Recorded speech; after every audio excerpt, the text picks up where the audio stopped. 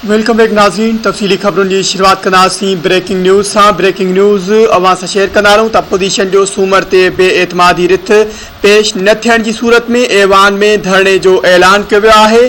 सूमर ते अदम एतमाद पेश न थी त पोइ ॾिसूं था त तव्हां OIC कॉन्फ्रेंस कीअं था कयो। इहो चवणु आहे बिलावल भुट्टो ज़रदारी जो। स्पीकर सूमर ते इजलास न सॾायो त असां ऐवान में धरणे ते मजबूर थी वेंदासीं। शहबाज शरीफ़ जो इहो चवणु आहे इमरान ख़ान पंहिंजी हुकूमत बचाइण लाइ अहिड़ियूं हरकतूं करे रहियो आहे।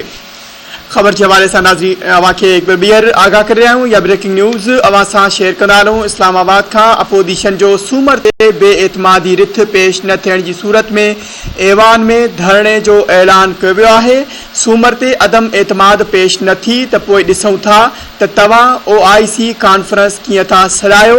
इहो चवणु आहे PP चेयरमैन बिलावल भुट्टो ज़रदारी जो। जॾहिं त अपोज़िशन लीडर शहबाज शरीफ़ जो चवणु आहे त स्पीकर सूमर ते इजलास न सॾायो त असां ऐवान में धरणे ते मजबूर थी वेंदासीं।